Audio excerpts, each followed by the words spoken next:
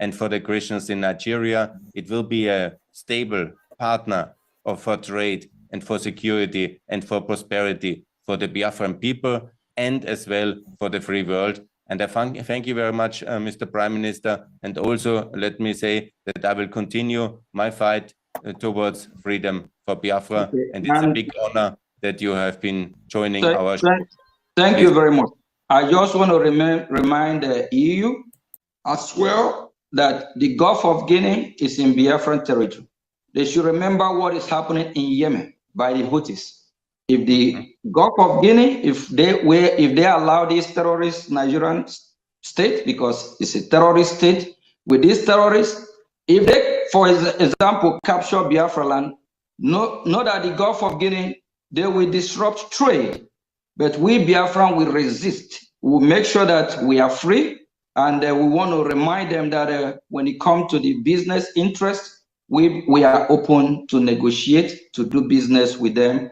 I think we will be the best ally to make sure that from the West African Sahel, we will checkmate the terrorists. Because what they are doing, they're trying to capture both Biafra land, Nigeria, or the surrounding West Africa, especially Biafra land, to attack EU from there. They should recognize Biafra so that we all can counter this terrorism and fight together. Thank you. The time is now. Biafra is here, and our leader, Mazi Nnamdi Kanu, must be released. The Nigerian terrorist state don't have the right to still be holding him because he commit no crime. And our leader, Mazi Simon Ekpa from Finland, he needs to be released. He's just a freedom fighter. Every country in the world fought for their freedom. United States of America fought for their freedom, 1776, from the Great Britain. So Biafra is fighting a just cause for freedom. Thank you very much. Thank you, Mr. Prime Minister. All the best from Austria, from Vienna. Thanks for joining the show. Thank you very much. You're welcome for freedom. Thank you. The recording has stopped.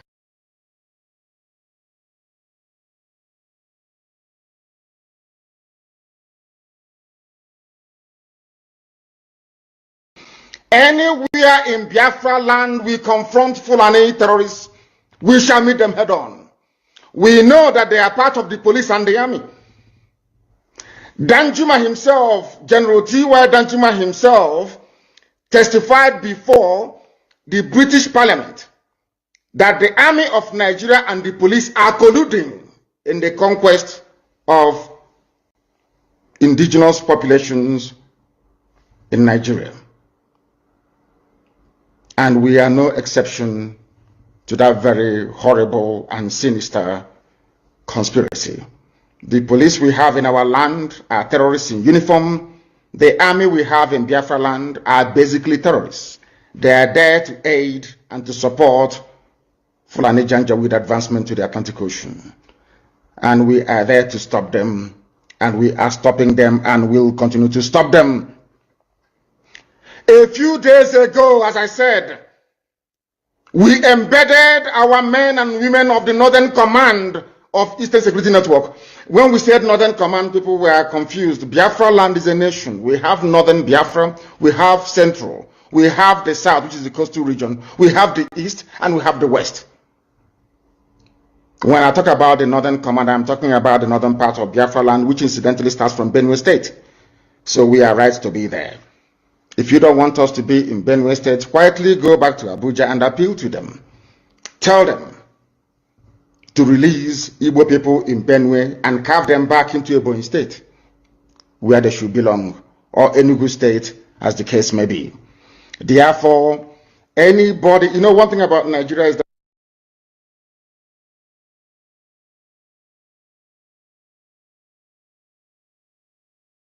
we observe a minute silence to the fallen heroes of Biafra, and the time starts now.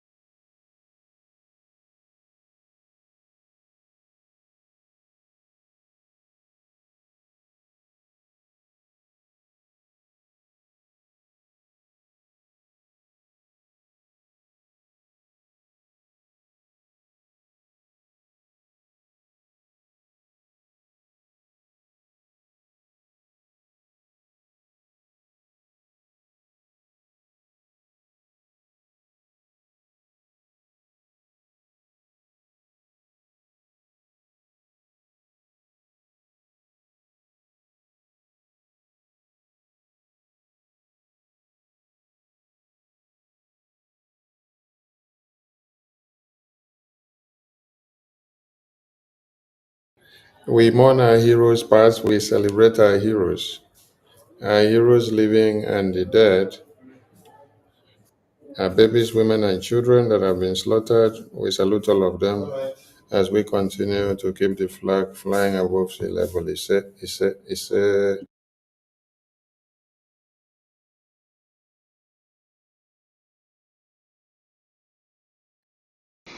Anywhere in Biafra land we confront Fulani terrorists, we shall meet them head on. We know that they are part of the police and the army. Danjuma himself, General T.Y. Danjuma himself, testified before the British Parliament that the army of Nigeria and the police are colluding in the conquest of indigenous populations in Nigeria. And we are no exception to that very horrible and sinister conspiracy. The police we have in our land are terrorists in uniform. The army we have in Biafra land are basically terrorists. They are there to aid and to support Fulani Janjaweed advancement to the Atlantic Ocean. And we are there to stop them, and we are stopping them, and will continue to stop them. A few days ago, as I said, we embedded our men and women of the Northern Command of Eastern Security Network. When we said Northern Command, people were confused. Biafra land is a nation. We have Northern Biafra, we have Central, we have the South, which is the coastal region, we have the East, and we have the West. When I talk about the Northern Command, I'm talking about the northern part of Biafra land, which incidentally starts from Benue State. So we are right to be there. If you don't want us to be in Benue State, quietly go back to Abuja and appeal to them. Tell them to release Igbo people in Benue and carve them back into Ebonyi State, where they should belong, or Enugu State, as the case may be. Therefore, anybody, one thing about Nigeria is that anywhere in Biafra land we confront Fulani terrorists, we shall meet them head on. We know that they are part of the police and the army. Danjuma himself, General T.Y. Danjuma himself, testified before the British Parliament that the army of Nigeria and the police are colluding in the conquest of indigenous populations in Nigeria. And we are no exception to that very horrible and sinister conspiracy. The police we have in our land are terrorists in uniform. The army we have in Biafra land are basically terrorists. They are there to aid and to support Fulani Janjaweed advancement to the Atlantic Ocean. And we are there to stop them, and we are stopping them, and will continue to stop them. A few days ago, as I said, we embedded our men and women of the Northern Command of Eastern Security Network. When we said Northern Command, people were confused. Biafra land is a nation. We have Northern Biafra, we have Central, we have the South, which is the coastal region, we have the East, and we have the West. When I talk about the Northern Command, I'm talking about the northern part of Biafra land, which incidentally starts from Benue State. So we are right to be there. If you don't want us to be in Benue State, quietly go back to Abuja and appeal to them. Tell them to release Igbo people in Benue and carve them back into Ebonyi State, where they should belong, or Enugu State, as the case may be. Therefore, anybody, one thing about Nigeria is that anywhere in Biafra land we confront Fulani terrorists, we shall meet them head on. We know that they are part of the police and the army. Danjuma himself, General T.Y. Danjuma himself, testified before the British Parliament that the army of Nigeria and the police are colluding in the conquest of indigenous populations in Nigeria. And we are no exception to that very horrible and sinister conspiracy. The police we have in our land are terrorists in uniform. The army we have in Biafra land are basically terrorists. They are there to aid and to support Fulani Janjaweed advancement to the Atlantic Ocean. And we are there to stop them, and we are stopping them and will continue to stop them. A few days ago, as I said, we embedded our men and women of the Northern Command of Eastern Security Network. When we said Northern Command, people were confused. Biafra land is a nation. We have Northern Biafra, we have Central, we have the South, which is the coastal region, we have the East, and we have the West. When I talk about the Northern Command, I'm talking about the northern part of Biafra land, which incidentally starts from Benue State. So we are right to be there. If you don't want us to be in Benue State, quietly go back to Abuja and appeal to them. Tell them to release Igbo people in Benue and carve them back into Ebonyi State, where they should belong, or Enugu State, as the case may be. Therefore, anybody, you know, one thing about Nigeria is that anywhere in Biafra land we confront Fulani terrorists.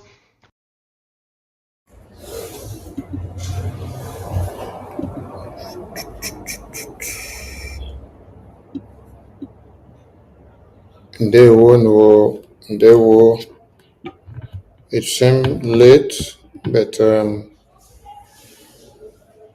because of our tight schedule and many other meetings that have been on, we still have to be here. I salute all Biafrans. Yes, and we must continue with the fire of Biafra on the enemies of Biafra. I bring you warm greetings from all over the globe, and I am very happy that we are making progress. And like I said, our enemies will increase. And so, on daily basis, you have to see increase in the ratings of our enemies. Yes, because if you are not doing anything and you're not having results, you cannot be having enemies. Yes, it is only those that are having results that should expect enmity amongst folks. So,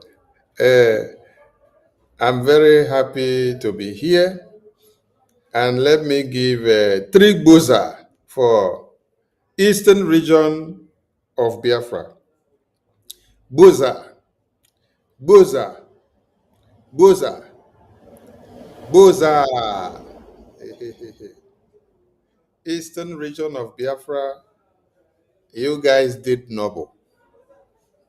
And Mazen Namdekano was talking about the eastern region, the northern region, the southern region, the central region, the western region of Biafra.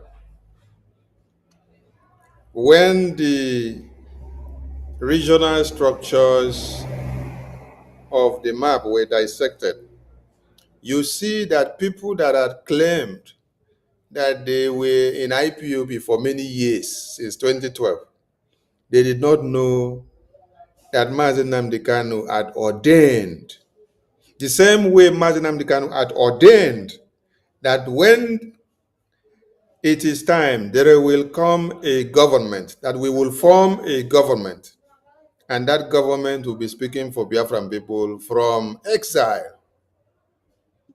Many of them did not still know what regional government means or regional structure because they themselves were shouting regional government, that we have turned the BRGI into regional. And they even lied to many of you that the regional structure that we brought out for Biafran people, that is going to destroy Prime Minister in Finland. I asked them a question. What does regional government of Biafran people in the homeland has to do with Simon Ekpa's case in Finland? This was ways and manners of deceiving some of you that don't know much about Biafra structures. But now you can hear Mazen Namdekano telling you, we have northern region of Biafra, that Biafra land is a nation. We have northern region, we have southern region, we have eastern region, we have western region, and we have central region.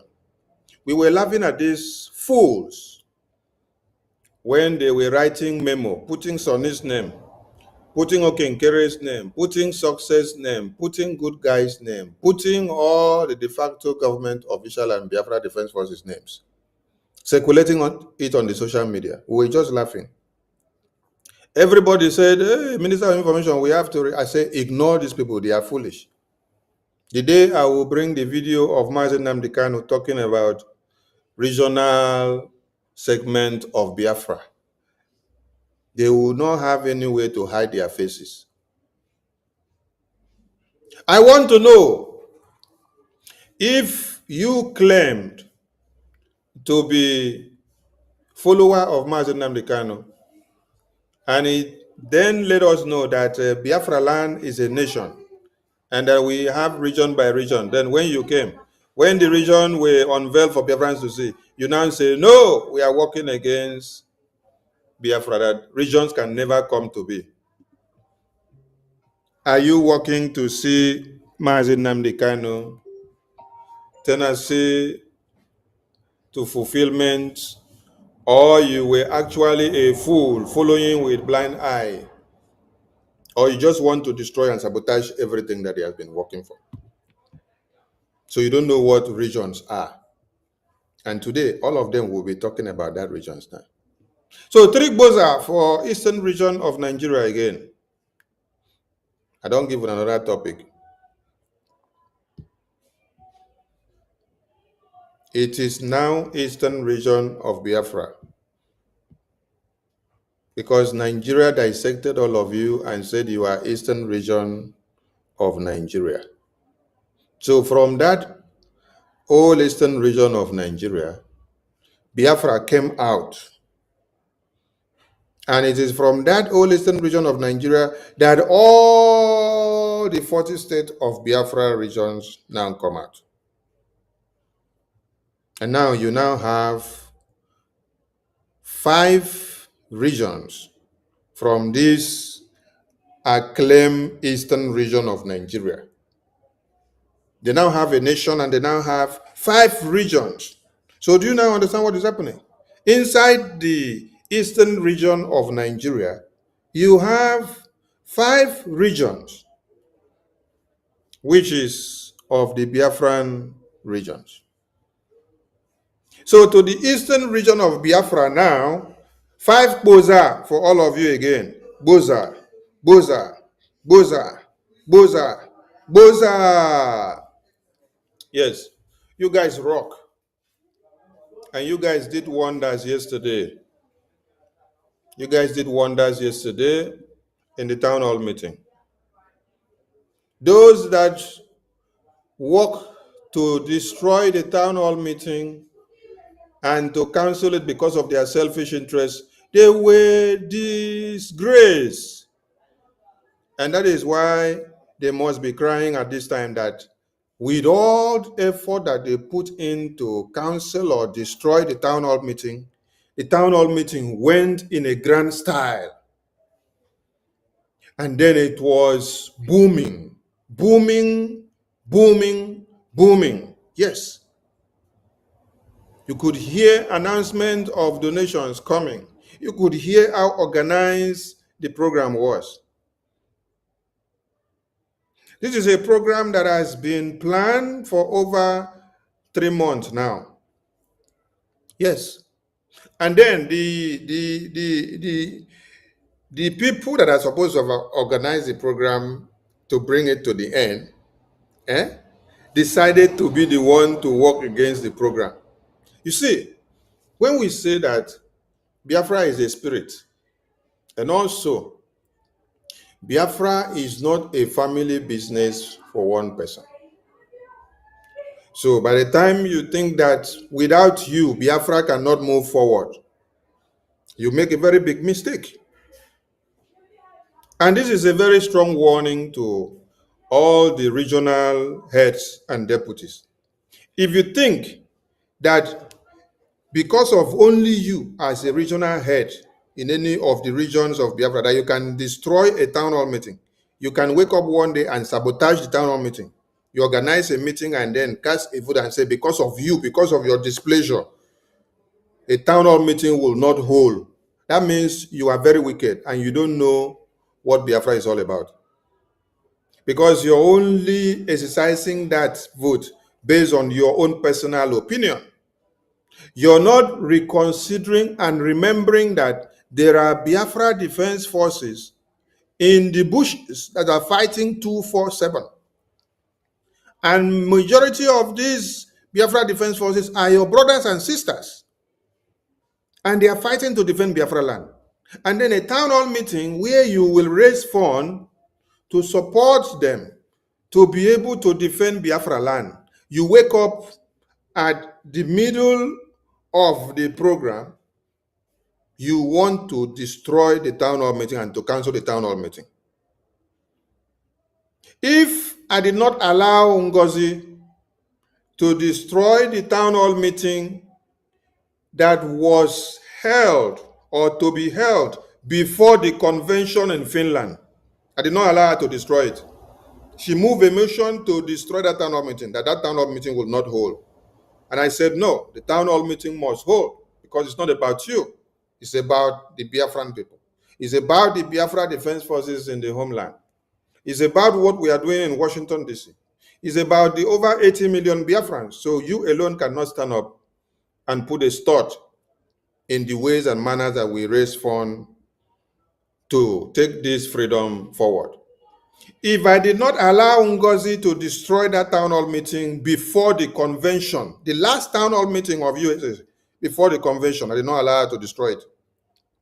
And every town hall meeting that were there, after PM was in prison or detained, all the town hall meetings that were there, Ngozi walked and called a meeting to destroy all those town hall meetings. That town hall meeting will not hold again. Fundraising will not hold.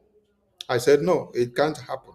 So if I did not allow all those ones to happen, I don't know if, and I did not also allow the fundraising and town hall meeting that Ngozi worked to destroy after the convention. After the convention, Ngozi came out and told people, no more town hall meeting, no fundraising. I said, no, it doesn't happen. It can't happen because we have our babies, women, and children that are dying in the homeland, which our Biafra Defense Forces are protecting daily. We have our lobbies and attorneys that are working.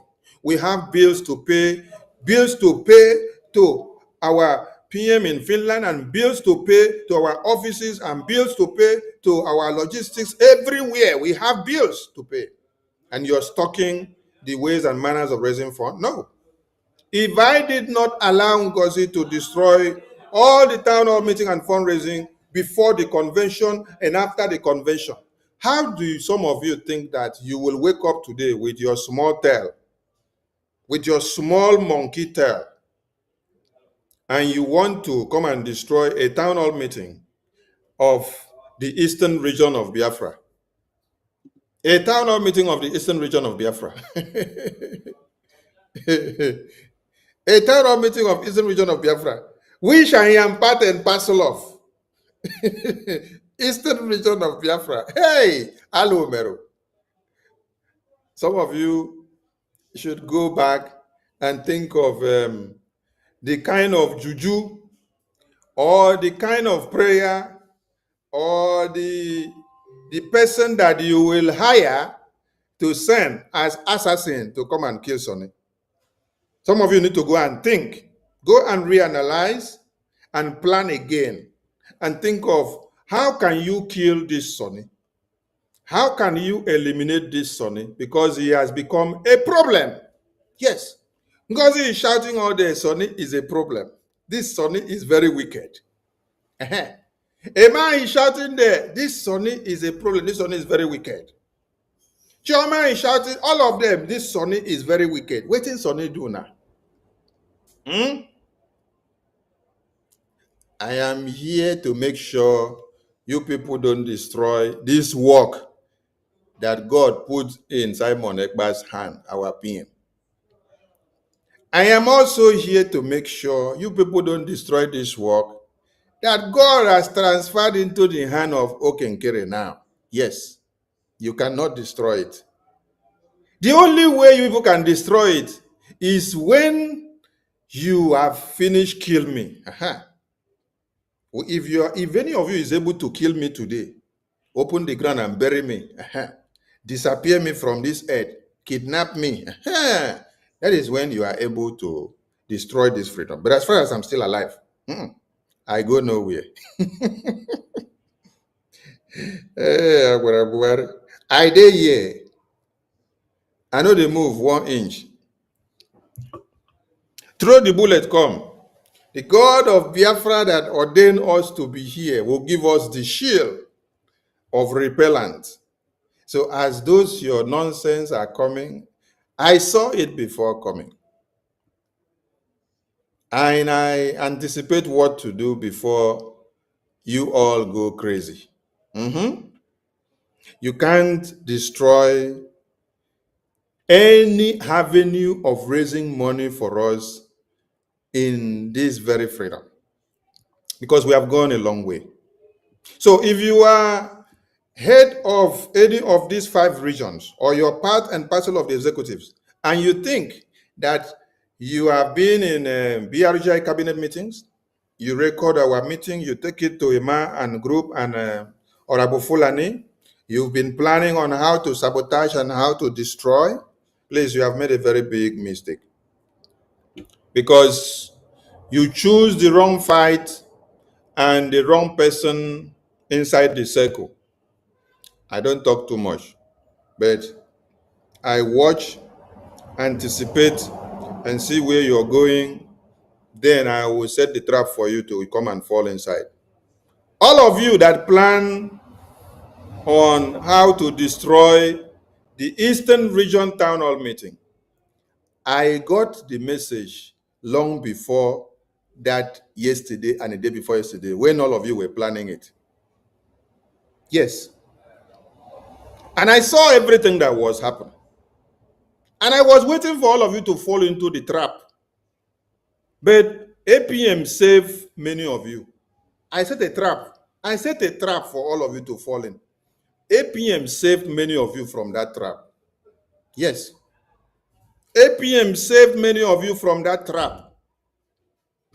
How did he save many of you from that trap? By coming to come and address your idiosyncrasies. Because the trap I set for you people was to disgrace all of you while we are in public. Yes. I covered everything you people were planning. How you were planning to destroy the town hall meeting, and then later you now go and align with the Fulani and a Choma and Ajare and accountability group of Honorable Fulani. I was setting a trap for all of you to fall in. At APM save all of you from that trap. Because that trap was to come and open all your nyash inside the town hall meeting, where everybody will be watching that program yesterday. And from there, you will go back with a very dirty basket on your faces. And I think God used APM not to allow all of you to be disgraced the way I wanted to disgrace all of you. That is how some of you got saved. This warning goes to every regional head. You see this map that Onyendu talked about, that we have 5 regions. This map did not come out as a coincidence. This dissection of this map did not come out as a coincidence. And this is the same map that was unveiled by our PM with the entire Biafran people. What you saw on this map was the dissection of these maps into regions by regions. According to what? According to how our Onyendu explained to all of us that we have 5 regions, which is what? Northern region, Southern region, Eastern region, Western region, and Central region. And this is a way to be able to bring unity amongst the entire Biafran state. And a situation whereby you are not speaking Igbo, and then you stand up in a meeting and you're telling somebody what is wrong with these Igbo speaking people, self. That is to show that you did not come here to work on unity. You did not come here to work on unity. We are trying to reunite everybody with this regional map. And then you people are having meeting and bringing connotations like, what is wrong with these Igbo people? It is the same Igbo people that is bringing the money to sponsor this freedom. It is the same Igbo people that have paid the highest price for this freedom. It is the same Igbo people that have taken the front to make sure the sacrifices that we owe of the death outweighs that of the living. It is the same Igbo people that you open the Zoom, you see all of them there in unity. Not minding their locations, they all coming together. But you will have the mind to go and organize meeting and be writing nonsense and say, what is wrong with these Igbo people? Remove the Igbo people and see whether you can make it alone. Remove the Igbo people and see whether you can move an inch. Nigeria is suffering today because of that same terminology. What is wrong with these Igbo people? Biafran people are all Igbos.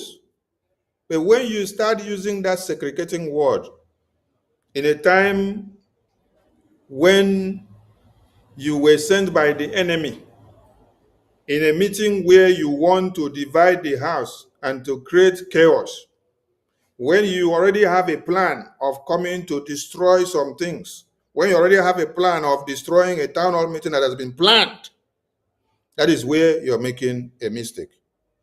I will not sit down to say rubbish. Some of you pledge allegiance and claim to be loyal to Mazi Nnamdi Kanu.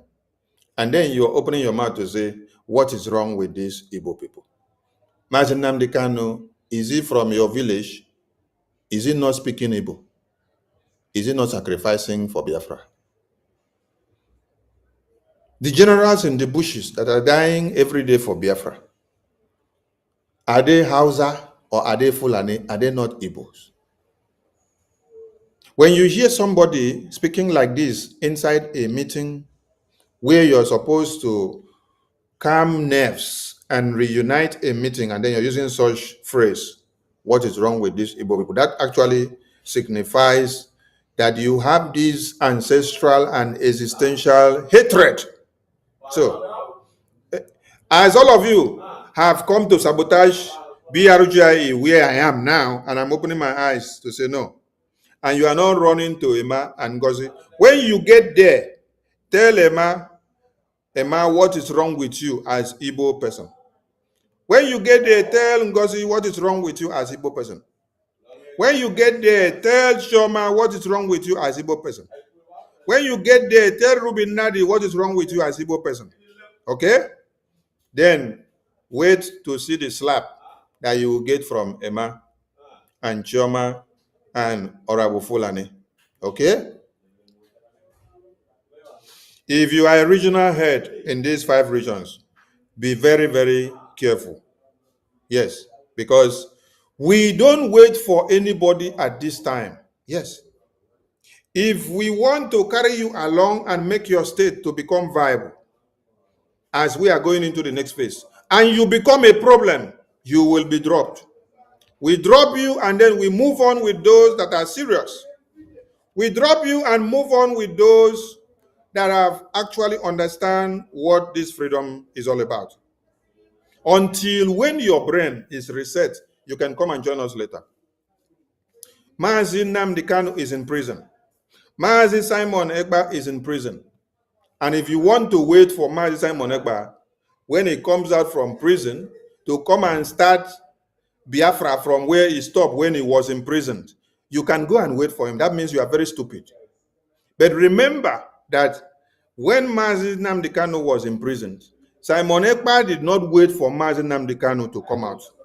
Before we continue, what did he do? He had to reshovel the house. He had to re-strategize. He had to set up a template. And then we all move on with Simon Ekpa. We did not wait for Mazi Nnamdi Kanu to come out before we will now start a strategy. Simon Ekpa did not wait for Mazi Nnamdi Kanu to come out from prison, or he did not wait or go to prison to go and take orders and instructions from Mazi Nnamdi Kanu before we did anything that we had to do. Because Mazi Nnamdi Kanu is in prison. A gun is pointed on his head and he is in chains. It is only a fool that will go to somebody that is in prison to ask him, what do I do? Before you can take a step to now decide on what to do and how to move on. Someone in prison is incapacitated with the brain, emotionally, physically, mentally, and otherwise. You that is outside, you are the free man, you are the freeborn that is supposed to be his voice. You're the one that is supposed to be his eye. You're the one that is supposed to be speaking and looking for what to do for him so that you can bring them out. But if you're now waiting for them to come out from prison, to come and instruct you on what to do, you are the biggest fool of your time. So for those of you that want to be foolish, continue to be foolish. Wait for Mazi Simon Ekpa until when he comes out from prison. Then you will start saying, oh, he's coming to be brutal. His coming out will be brutal. Then you that is here, you cannot be brutal. You're saying the coming out of Mazi Simon Ekpa will be brutal. The coming out of Mazi Nnamdi Kanu will be brutal. But you are here, you cannot be brutal. That means you are very useless. Your mother and father spent years to groom you. They wasted their sperm and their years to bring you to this world. You are very useless. So you cannot do anything. You wait for a man and woman that is in prison until when they come out before they can determine how your life will be, how your future will be. What makes some of you so useless? Honestly.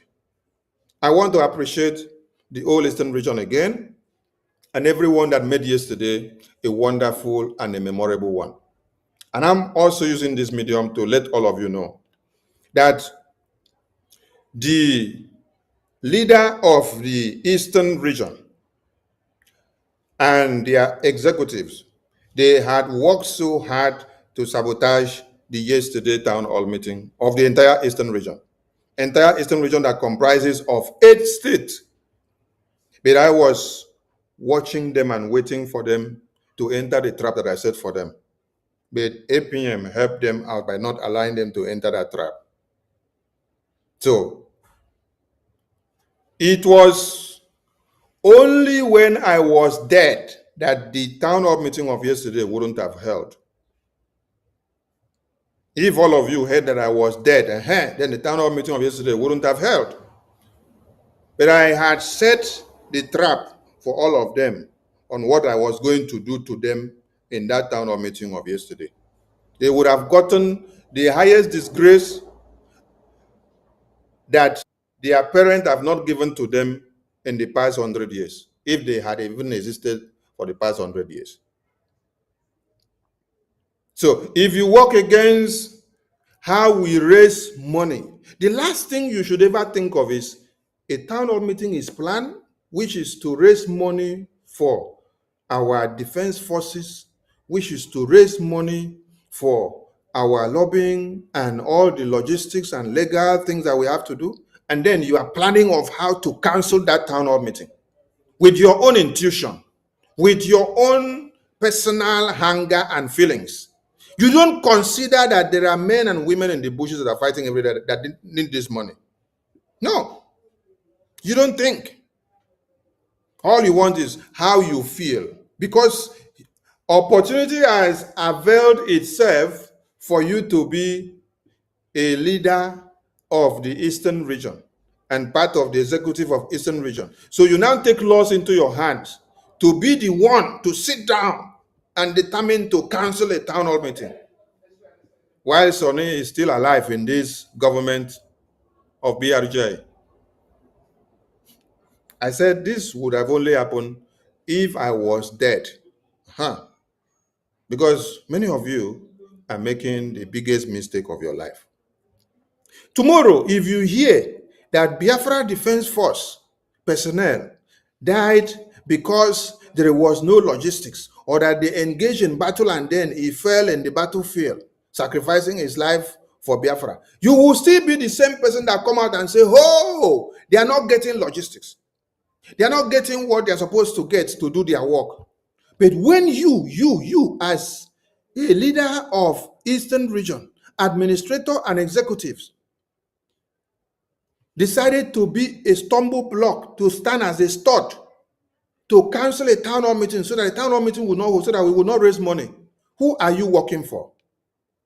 What is different from you and what Emma and Chioma did when they blocked our website for over 3 months? They blocked the website for over 3 months so that we cannot raise money to support the defense forces and support any legal thing, or even to pay the bill of Martin Simon Ekpa in Finland. That is why I asked the question. Does Simon know that the same accountability group of Emma, that the same Ngozi Orabu Fulani, that these people block the bank account, block the website, block everywhere and attacking the finance, the same finance that is paying your bill in Finland? Yes. The same finance that we are filing up bill for Finland. How do you expect us to raise the money when you are now supporting the same people that are working against destroying the finance? Tomorrow somebody will hear, oh, the payment of the bills of Finland is delayed. The payment of the bills in Baltimore head office is delayed. The payment of bills of the lobbies or attorney is delayed. The payment of bills in defense is delayed. And then you'll be saying, hey, where are the money? Where are which money? The same money that all of you are blocking the avenue of raising the money? Fundraising, you come and block it. Town hall meeting, you come and block it.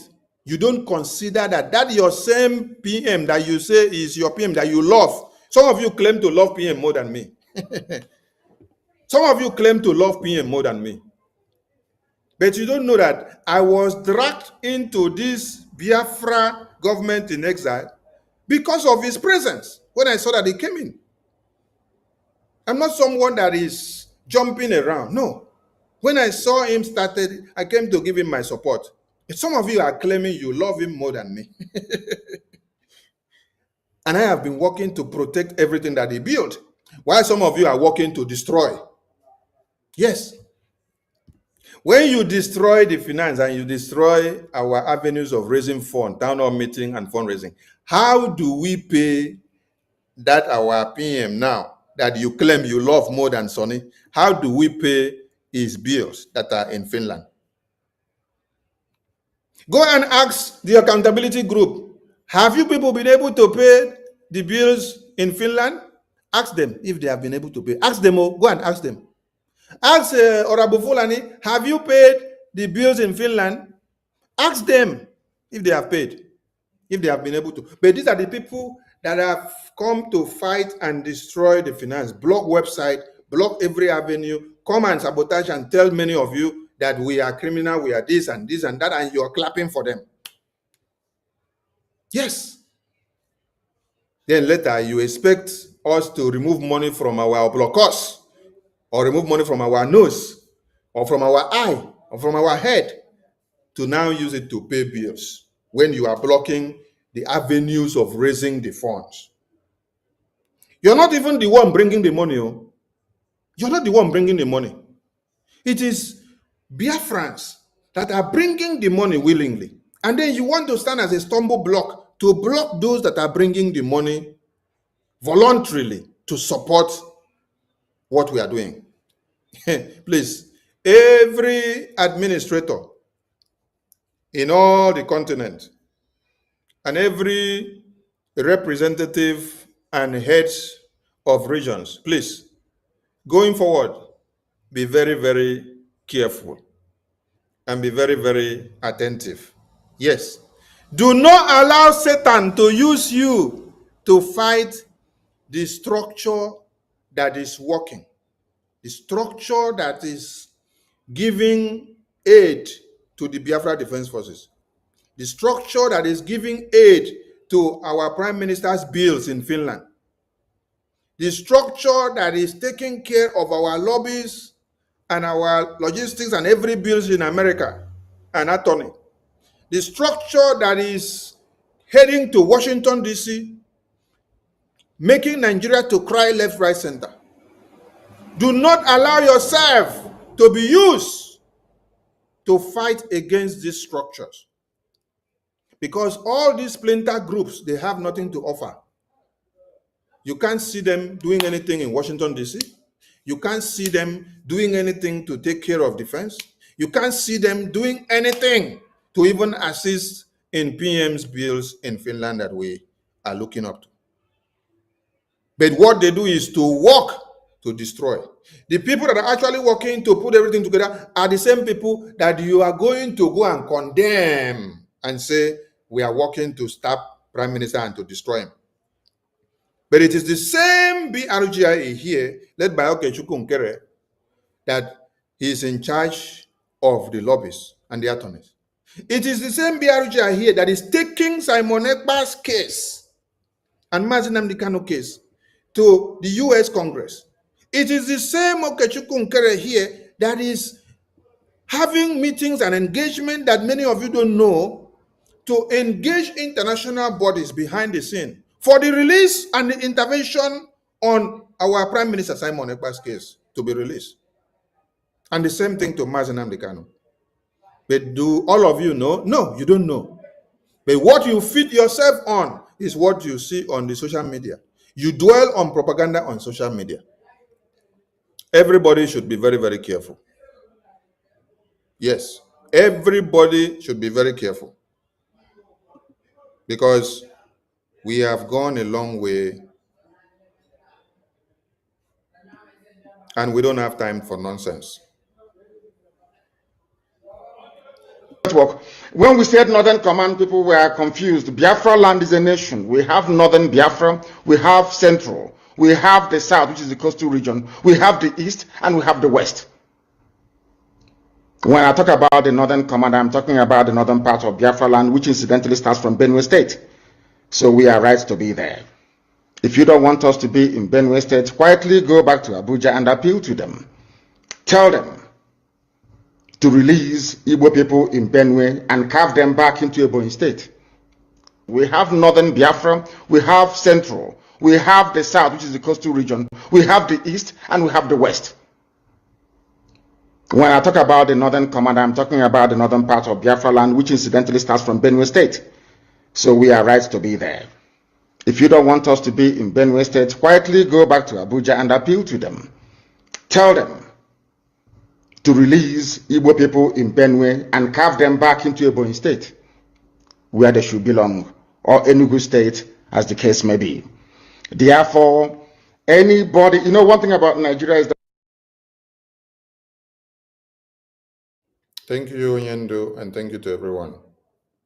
So, let me explain something here on this very write-up. How many of you remember when our Prime Minister was here, after Mazi Nnamdi Kanu was kidnapped? How many of you remember what happened and what was going on? How many of you can remember?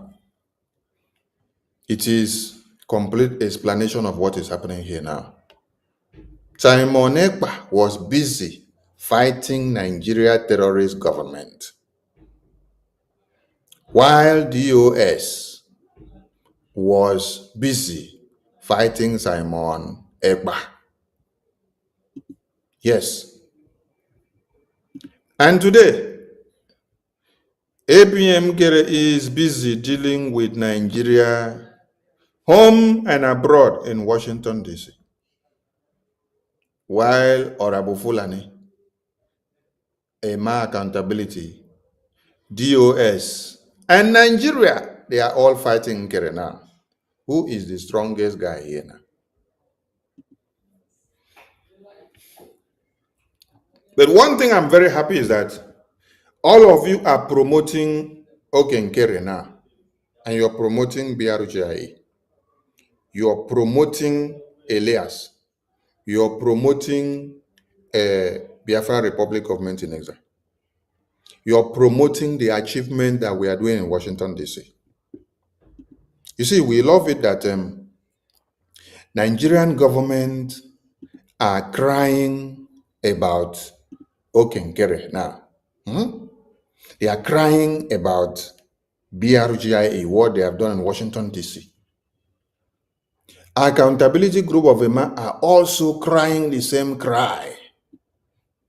Honorable Fulani is crying the same cry. DOS Nigeria are crying the same cry. Wetin me I go talk? Me now as Agbarawa Sani, wetin I go talk be say, I wish to say thank you to all of you for promoting Biafra Republic Government in Exile, and for promoting Okenkere, and for promoting Elias' good work. God bless Nkere and Elias. Yes. Because if Nkere and Elias were not doing something, all of you will not be crying.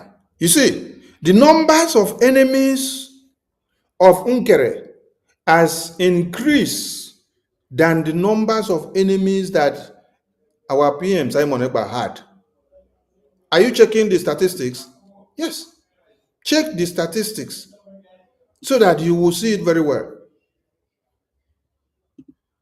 Our PM had DOS as enemy. Our PM had Nigerian government and their politicians, with all the politicians in the east and both in the north, everywhere as enemy. Those were two enemies of what? Two enemies of our PM during his term in office.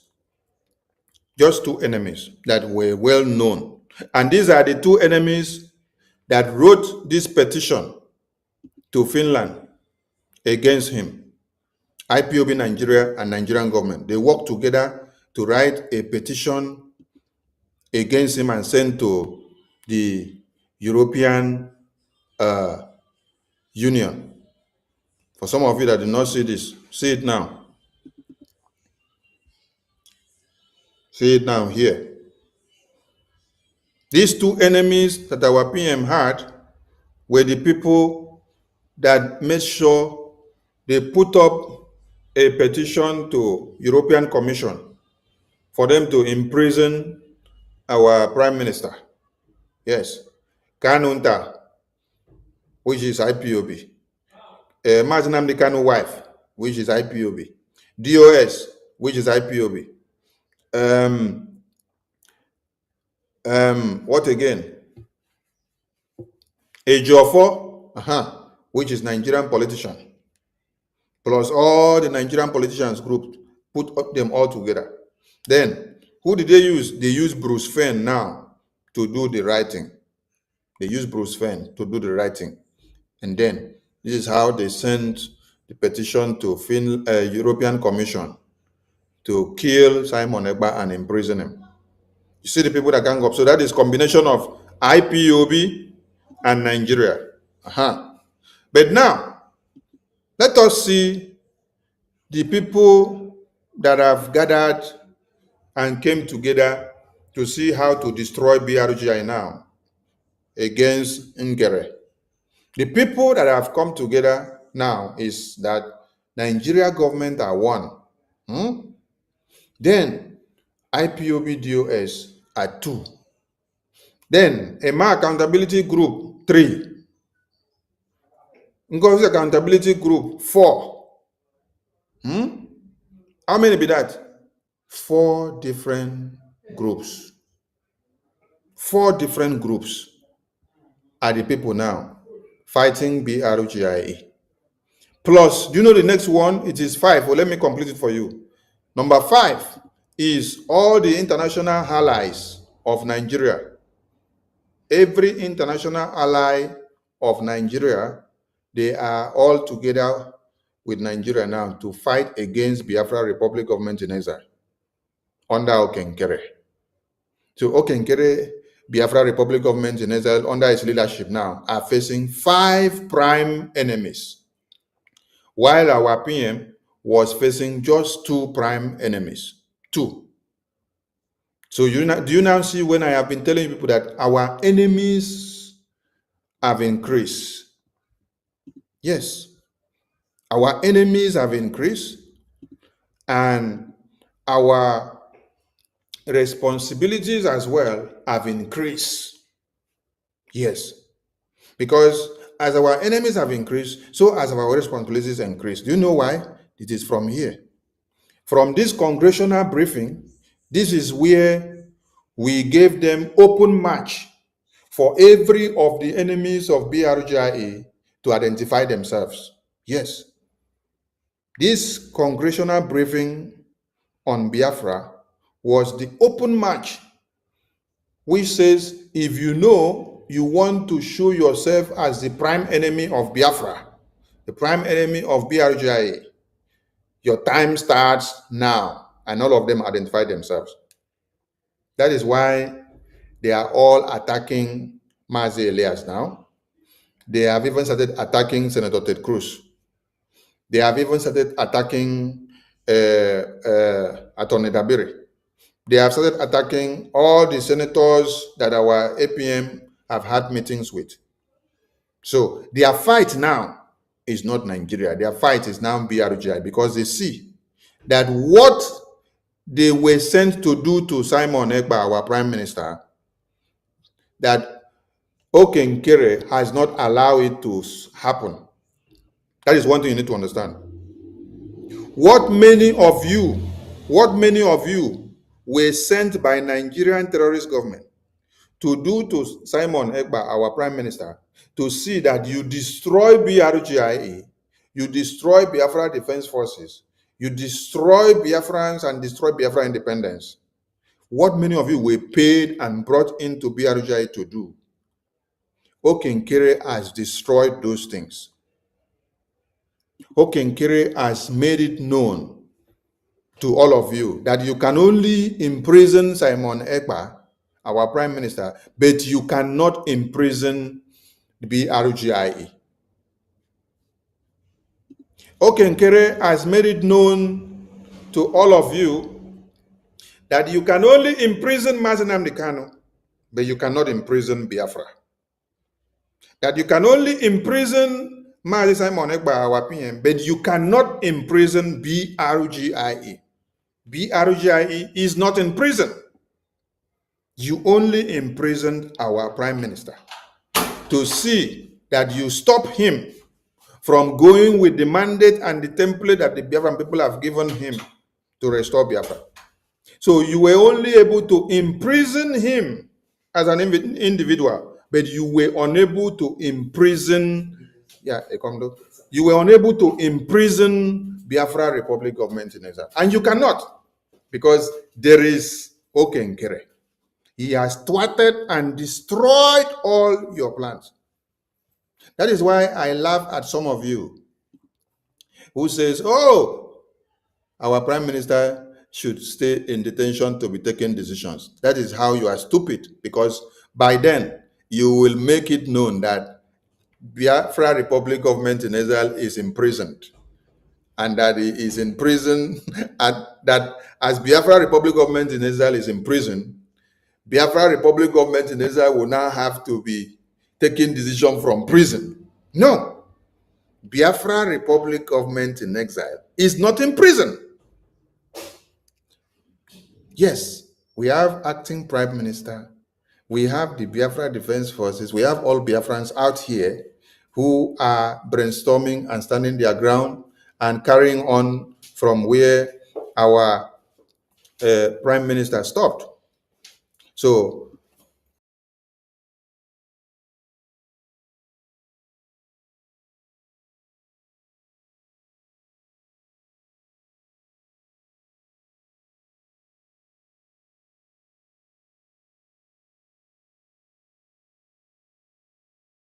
some of you that think that you can destroy BRGI, hey, no. And you can't even destroy our prime minister. Yes, you can only break him because he's in a psychological dismantled state. Somebody in prison must be psychologically dismantled, but you cannot destroy him. Yes, and you can't destroy BRJ. So all these foolish people that are saying they have to wait for our prime minister to come and make decisions for you to know what to do, you are very stupid. I don't even know why your mother conceived you in the first place, because it is now your mother will be regretting of the day she conceived you. Yes, because it's like your mother is in a heavy pregnancy or delivery process, and then she's going through pains and penury. She's going through turmoil. She's going through the stress of bringing a baby to this world. And then at that point, you want to ask your mother, should you give your siblings food? Or should you allow your siblings to breathe? Or should you take your siblings to school? Or should you give them bath? Or should you allow them to go out and play? Or should you lock them up in the room? Or should you carry a knife and defend your siblings, wish somebody came to kill them? Then you're asking your dying mother that is in pain, you're asking her, mommy or daddy, should I go and defend my siblings, or should I allow the terrorists to kill my siblings? It means your brain cells is not working. At that very point that your mother or your father is dying, it is that time that your parent will now regret the day they conceived you, because you have become very useless. That is what is happening to many of you who, seeing that our prime minister and our supreme leader are in prison, you expect them to be the one to come and tell you what to do, how to do it, and where to go and where not to go. You are very stupid. So go back to the river and take bath. Maybe after taking bath, this will cleanse your demented brains. Then you can be able to rethink like human being.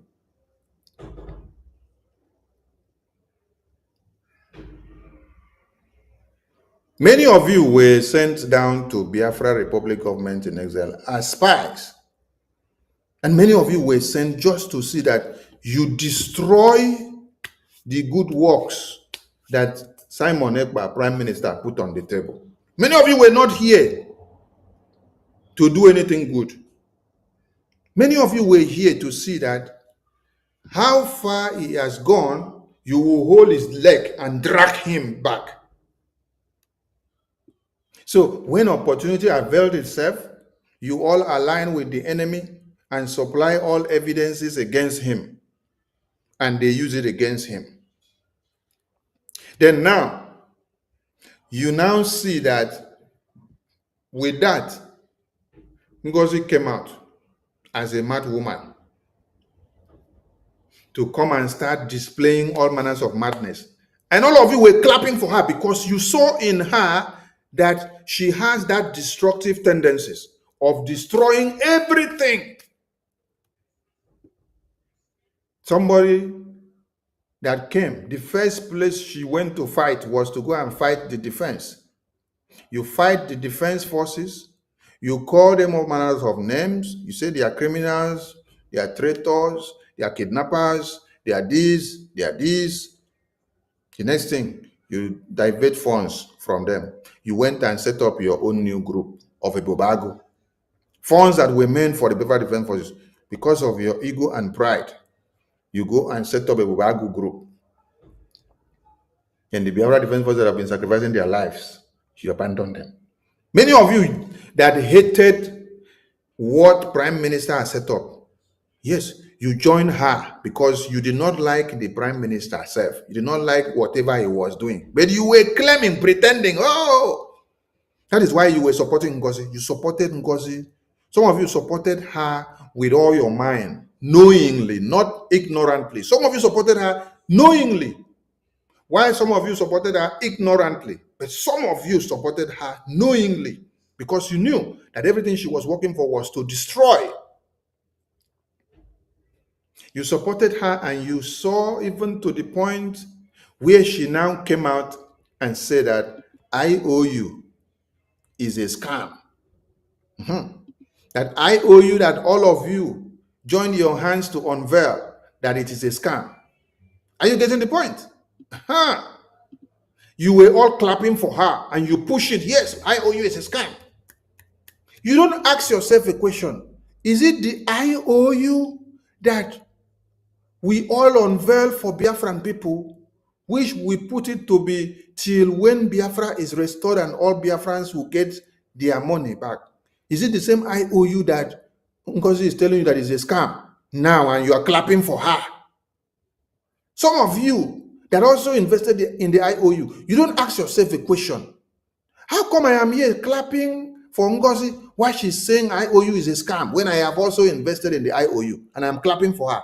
You don't ask yourself whether they use juju on your brain.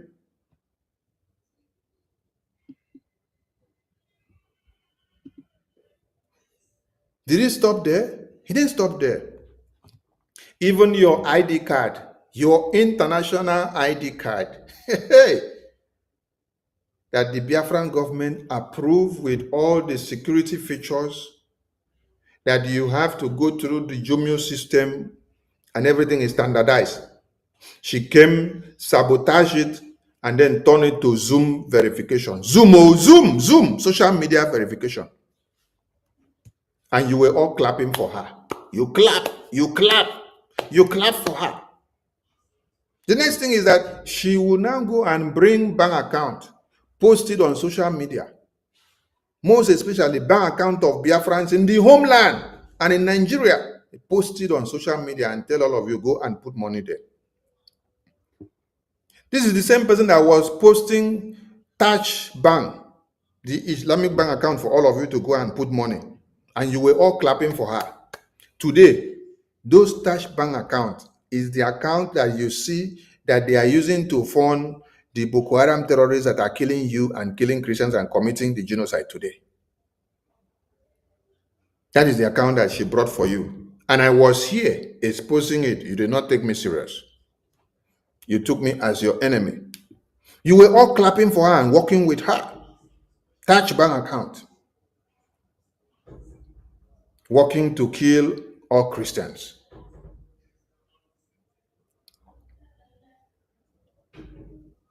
Many of you that she posted your account number out on social media, you were picked up by Nigerian terrorist government.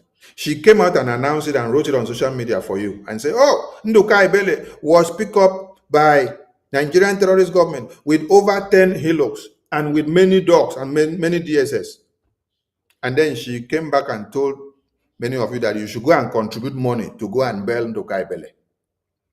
When she brought Nduka Ibele's phone number, account number, and put it on social media, and she even made the account to be a joint account, one Fulani man with Nduka Ibele. All of you were clapping for her. And when Nduka Ibele was picked up, she announced to you, till today, you don't ask her where is Nduka Ibele. Dead and gone.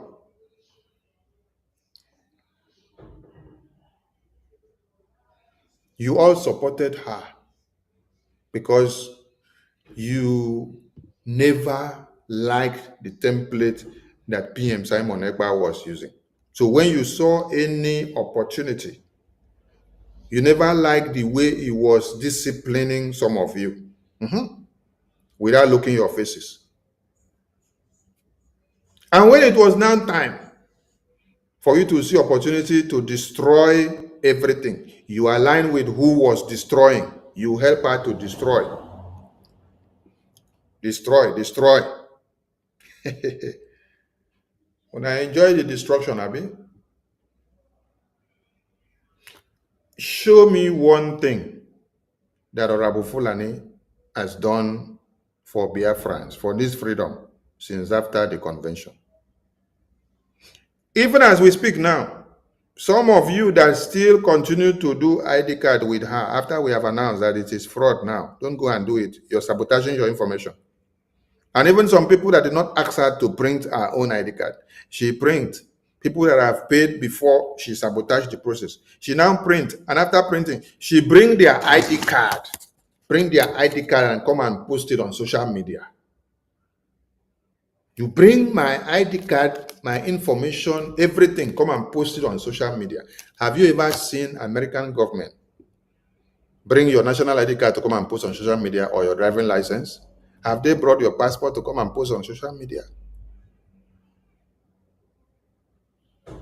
Not that you saw the ID card somewhere on the ground or then you bring it to put on the social media to make announcement. No. This one is that you had happened to have access to the people that manage the website. So you order them to print. As they print on your order, you now use those people information to do showy display on social media. People's ID card.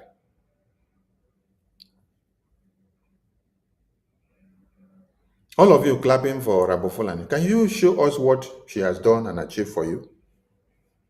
Let us even ask a question. Where is our survivor whistle?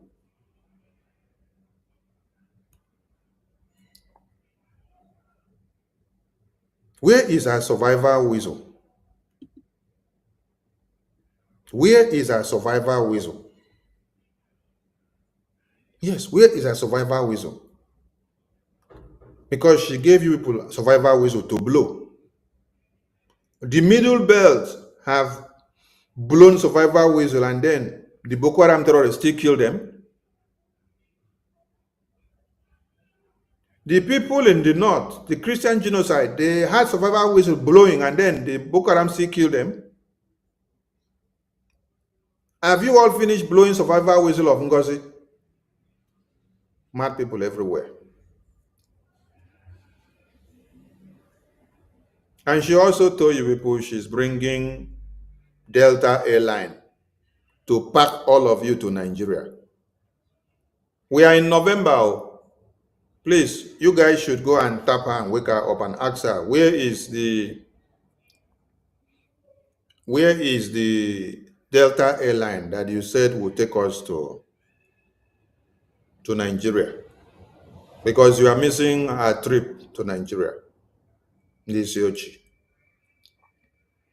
I said that our Prime Minister, Simon Ekpa, had two prime enemies, DOS in diaspora and one Nigeria working together with DOS.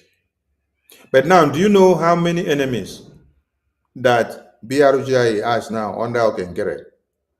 We have Nigeria, we have DOS IPOB Nigeria, we now have Rabo Fulani groups, we now have the international allies of Nigeria. All of them are gnashing their teeth and crying about Okenkere and BRGIE now. The question is, do you know why? The reason is because the plan that was given to them, that after they imprisoned Simon Ekpa, that they will be able to destroy everything about Biafra and BRGIE. But Okenkere has disappointed them by making sure he stops all their plan and disappoint all of them. That is why you see all this cry everywhere. That is why you see all this cry everywhere. Because Okenkere has disappointed their plans. Okenkere has made it now known that you only imprison Simon Ekpa, you only imprison Mazi Nnamdi Kanu, but you did not imprison BRGIE. You only imprison Simon Ekpa and you did not stop Biafra. You only imprison Mazi Nnamdi Kanu and you did not stop Biafra. You only imprison our Prime Minister Simon Ekpa and you did not stop our template. Are you getting the point? That is what Okechukwu Nkere has been able to destroy about these people, that they are crying everywhere. And their cry will continue to increase. You see, when I tell you people that it is not only a Emma Accountability Group, Nigerian government, or Abu Fulani Group, IPOB Nigeria, and the allies are crying against Baraje. I want you now to follow me. Follow me, I want to show you something, so that you now understand those other people that are also crying about Baraje. Now look at the screen. Look at the screen. This is one of the international allies of where? Nigerian government that did this research. And if you open this news, you will see that these people are crying in this news about Okenkere, BRGIE, Elias Girasolus, Moran Global Strategies, and Biafra under BRGIE. These are international allies of Nigeria, crying and lamenting and complaining of the activism of Moran Global Strategies that is working for Biafra Republic government in exile. They went on to say that the US lobbying group is pushing destabilization in Africa. So now, they have seen BRGIE, they have seen Biafra to be the steam engine that is causing turmoil for the colonialists in Africa. They have seen that Ibrahim Traore and the Mali coup juntas and the Niger coup juntas, they took their stand to stand for their countries and to kick out the asses of the colonialists. But that did not make noise like what is happening now. Mind you, these are sovereign countries. Mali is a sovereign country. Niger is a sovereign country. Burkina Faso is a sovereign country. Their news is supposed to spark the entire world and any other thing. But Biafra government in exile is not a sovereign country. It's a legal entity that is fighting to bring Biafra to be. And Moran Global Strategies is representing this Biafra Republic government in exile. And then you are seeing top think tank groups and media houses and government from UK complaining about what Moran Global Strategies is doing with Biafra Republic government in exile against Nigeria.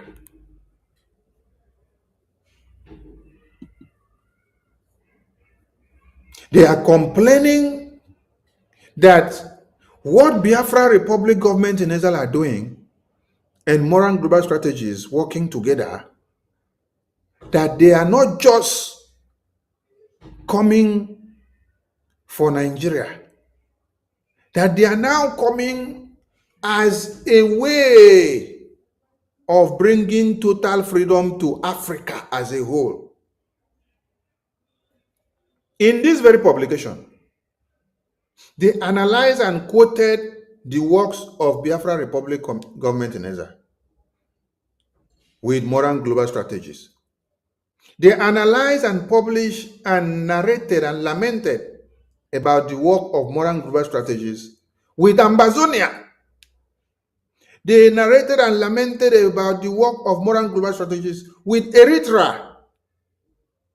They lamented and cried about the work of modern global strategies with Somaliland. So, for those of you who are Biafrans, you see, they say a prophet does not have respect in his hometown. Yes, a prophet doesn't have respect in his hometown. You don't respect Elias. You don't respect modern global strategies. You don't even respect your PM, Simon Ekpa. Yes, because if you respect your PM, Simon Ekpa, you will remember that it is not me that presented modern global strategies to you or Attorney Dabiri, that it was your prime minister. So all of you that claim to love your prime minister and to respect him, but you are fighting the modern global strategies that he presented to you all as the way forward. You are all fools. Am I the one that presented modern global strategies to all of you? No. Who made the official unveiling? It was your prime minister, my prime minister, our prime minister, we prime minister, the prime minister of Biafra people. But today, all of you are fighting that modern global strategies. All of you are fighting that Mazi Elias. All of you are fighting Jim Moran. I see Ngozi was writing nonsense. And many of you are there. Emma is there. Choma is there. Ruby Nadi is there. Madam Ajare is there.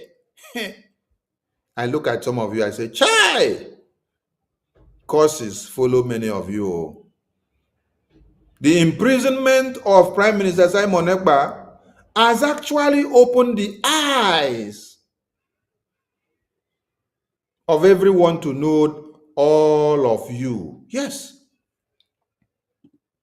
Yes. Because the spirit of Biafra is unveiling many things. The spirit of Biafra is unveiling many things. When Prime Minister was here and then he unveiled modern global strategies to all of you, you were all clapping. Hey! But today, it is the same modern global strategies that you launch your sword against him to kill because of actually destroying Nigeria. You see, many of you now are no more fighting Nigeria. Many of you are now fighting modern global strategies for fighting Nigeria for you. You are fighting modern global strategies now and asking him, why must you be destroying Nigeria? You now love Nigeria now. You're not fighting Nigeria again. You're fighting modern global strategies. Let me bring one to the screen so that you see the idiosyncrasies of EMA Accountability Group. This is one. Can you see one? This is one. This is one. I told you people that Simon Ekpa, our prime minister, had two prime enemies that walked to his imprisonment, DOS and Nigerian politicians, which is Nigeria, too. But now, Okenkere BRGIE have 5 prime enemies that are fighting against them. 5 prime enemies. 1 is Nigerian politician. 2 is DOS. 3 is EMA and Choma Accountability Group of Madam Vam. 4 is Orabo Fulani Group.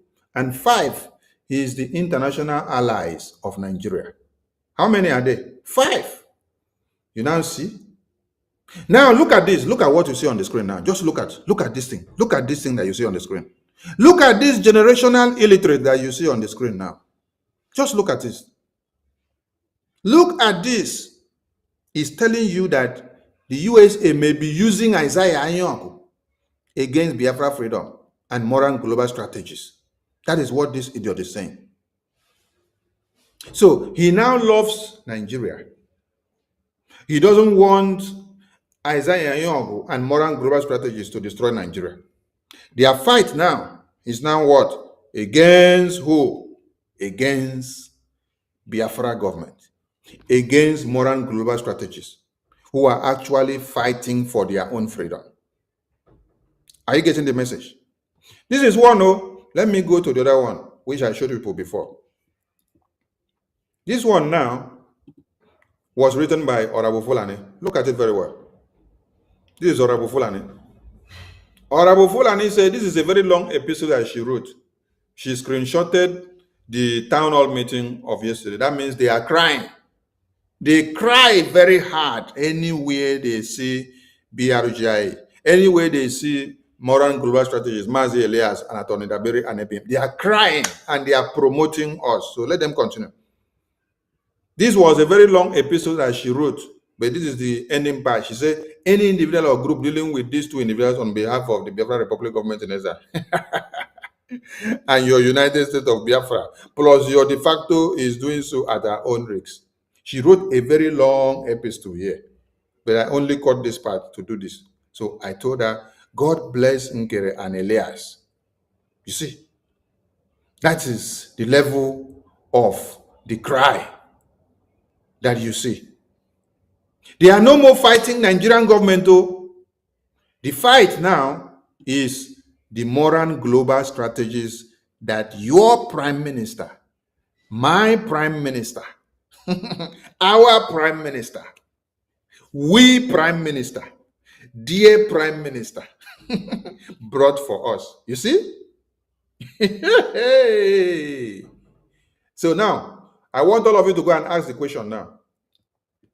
Why are the people that claim to be working with Simon Ekpa before now fighting modern global strategies that is actually working to destroy Nigeria for Biafra independence?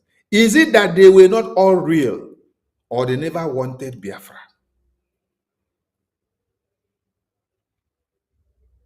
If I bring post of Ruby Nadi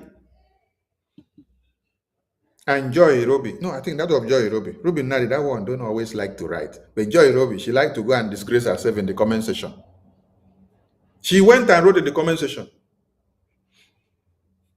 that the money that we are paying for the lobbying and the attorney, that it is a waste. So indirectly, she is telling Prime Minister Simon Ekpa that for him to have contracted moral global strategies and Attorney Dabiri, that it is a waste. Are you getting the point? But when Prime Minister was here, all of them were saying, yes, sir, yes, sir, yes, sir. Yes, sir, yes, sir, yes, sir. They kept quiet. They say, yes, sir, yes, sir, yes, sir, just to do eye services. Immediately they saw that he was in prison. They now start fighting that lobbyist, which that our Prime Minister brought for us. Okay? They now start fighting that attorney, which that our Prime Minister brought for us. Ask all of them, were you all in for this Biafra? Or you actually were against this Biafra? Because everything that Prime Minister Simon had put in place, you're supposed to be upholding that tenacity. You're supposed to be projecting it and making sure it gets to attain the desired goal. That desired goal is to make sure we destroy Nigeria from Washington, D.C. And that is what Moran Global Strategies and Attorney Dabiri is helping us to do in Washington, D.C. And we are doing it and we are getting the result. An international community are crying about the result that we are getting. They are giving us kudos for the result that we are getting. They are complaining of our extra woto of how we are doing it. But the people that actually had claimed to be working with Prime Minister Simon Ekpa, those are the people that are now standing up to fight these Moran Global Strategies lobbies and Attorney Dabiri now.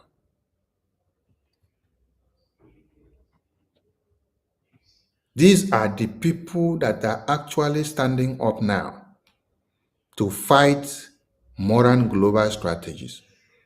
Ngozi is fighting Moran Global Strategies. Emma is fighting Moran Global Strategies. All of them are fighting Moran Global Strategies now. All of them, they are fighting Moran Global Strategies now.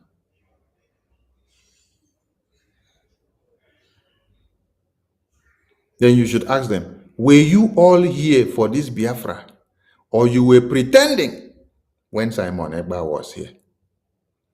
Because I can't see that Simon Ekpa brought and introduced to all of you Moran Global Strategies, who had made all these meetings possible, who has given us the opportunity to destroy Nigeria from Washington, D.C. And we are yielding result. Not that we are not yielding result. We are yielding result. And you can see the result on the screen. This is international news media. From where? A la Roche publication. For all of you that knows A la Roche publication, please go and check which country does this media house comes from. Go and check the media house and let me know. Which country does this media house come from? And let me know. Then when you come to another publication from another media house, they are still explaining to you the effectiveness of Biafra Republic government in exile and the good work that Moran Global Strategies and Attorney Dabiri is doing with them. And that now takes me down to explaining what is happening today in Nigeria. Today in Nigeria, many of you slept and woke up and saw that they said some military, is it Major General Uba? Major General Uba was assassinated by the Nigerian terrorists in their Sambisa forest or wherever they went. And then in the comment section, somebody was saying, oh, that Uba is a Muslim. And then I laugh. I asked that person, I say, which part of Muslim language or Islamic language is Uba in a name? And the person could not explain. A day before yesterday, when I was here talking, or is it 2 days ago or 3 days ago, I explained something. I said one of the significance of Biafra government in exile successfully placing Nigeria on a country of particular concern that has been done by Donald Trump, that one of the implications of that, wait, I need to close some tabs because it is loading my graphic card. Yeah.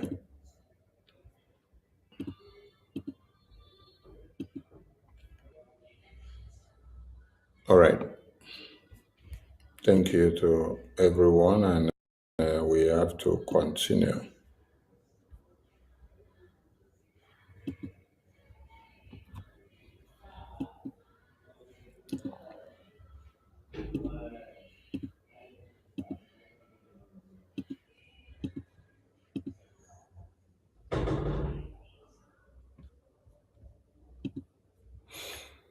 All right, we have to continue, and let me see if I can refresh so that we can have.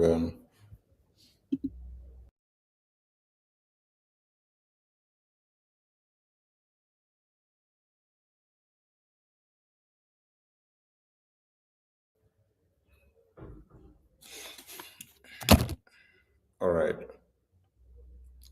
Thank you to everyone, and welcome back. A few days ago, I said one of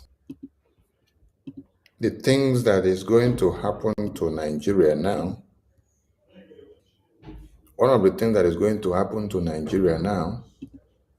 as BRGI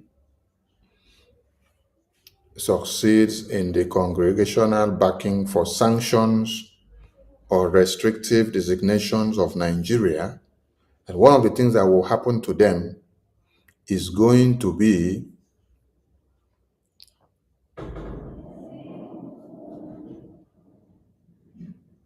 international pressure on their security forces. And another thing is going to be international diplomatic isolations.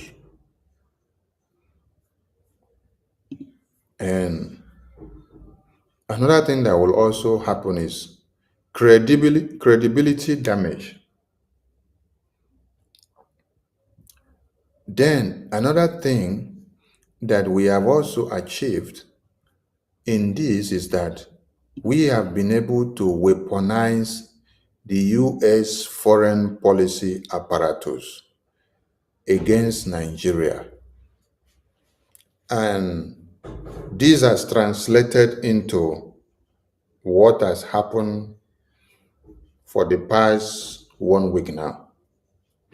Many of you may not understand some of the intricacies of these things, how it is working.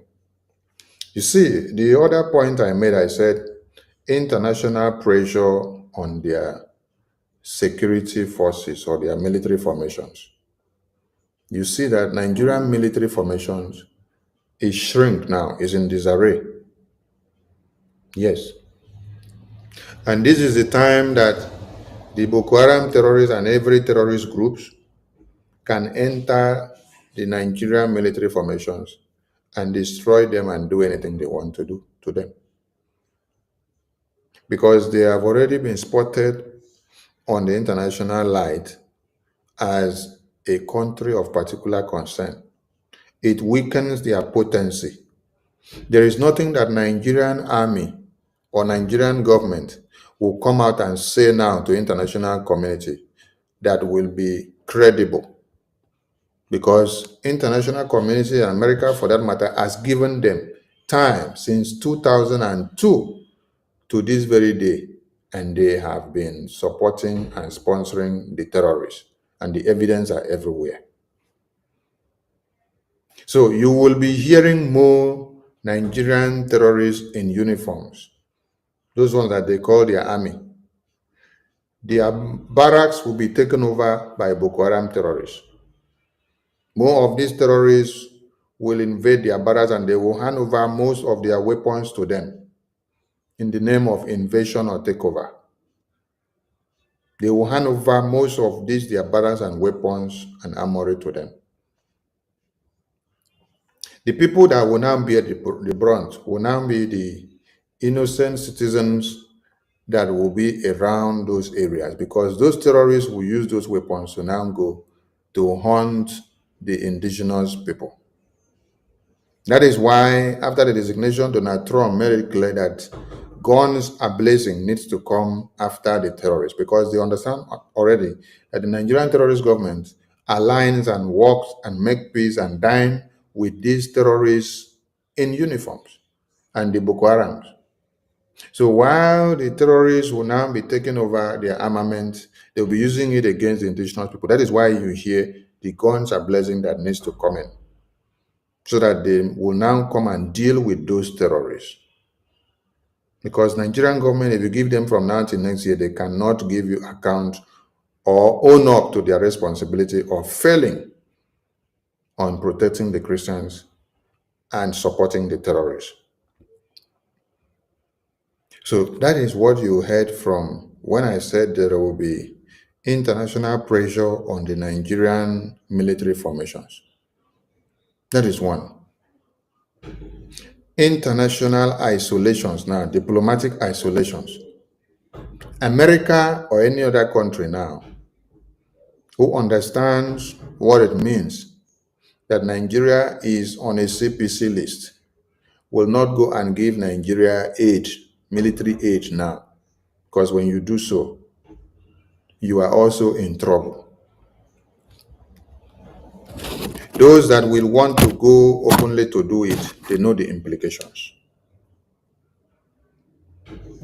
So many countries will isolate themselves and then want to stay away from these people.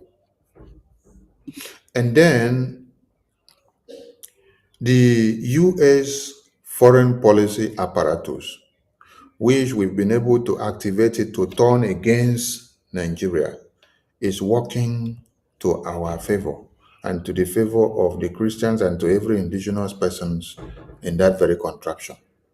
It is time for all these persons to arise and support BRGI as a Biafran. If at this time you are a Biafran and then you are not coming to support Biafra and instead you are joining hands with the enemies of BRGI to come and destroy, it means you were not born for Biafra, or maybe you will be the next person that Boko Haram terrorists will take over or will even destroy your families.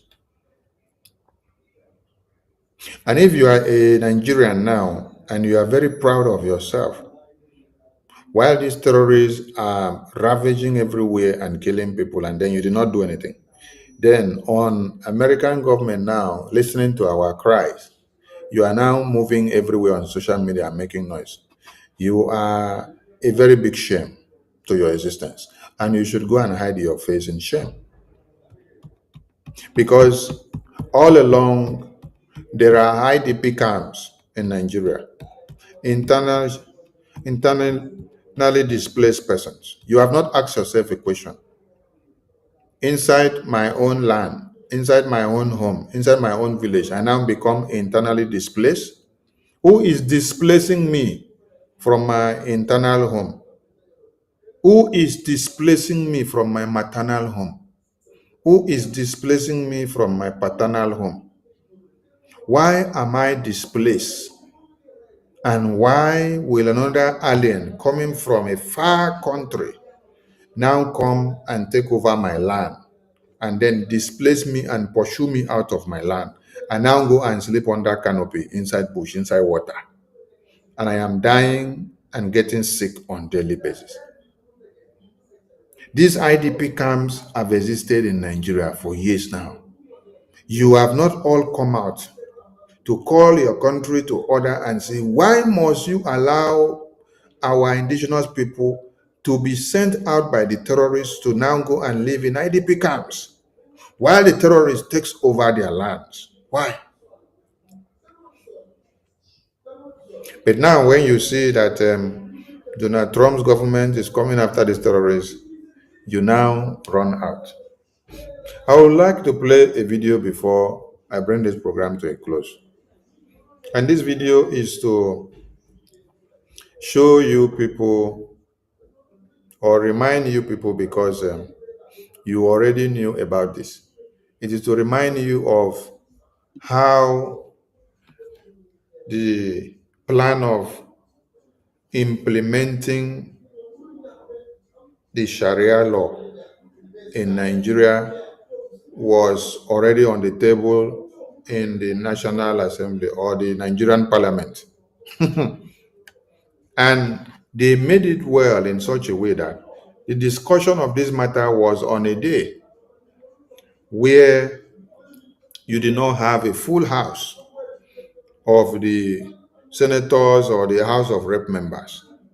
You did not have those representing you in your so-called South-South. You did not have those representing you in your so-called Niger Delta. You did not have those representing you in your so-called Southeast. You did not have those representing you in your so-called Southwest. You only had few persons, but you had majority of the Northerners in the parliament that day. And that was the day they brought up the idea of putting Sharia law to become a standard in the Constitution of Nigeria. Let me just play it, and then tomorrow we will continue from here, because time don't work out well. But I salute all of you that have made it this far in this support to Biafran government. Please continue in your good works, and let the God of creation continue to bless you. Mr. Speaker, our constitution allows for freedom of worship of all religions. Mr. Speaker, we would not sit in this hollow chamber and restrict ourselves to just a few.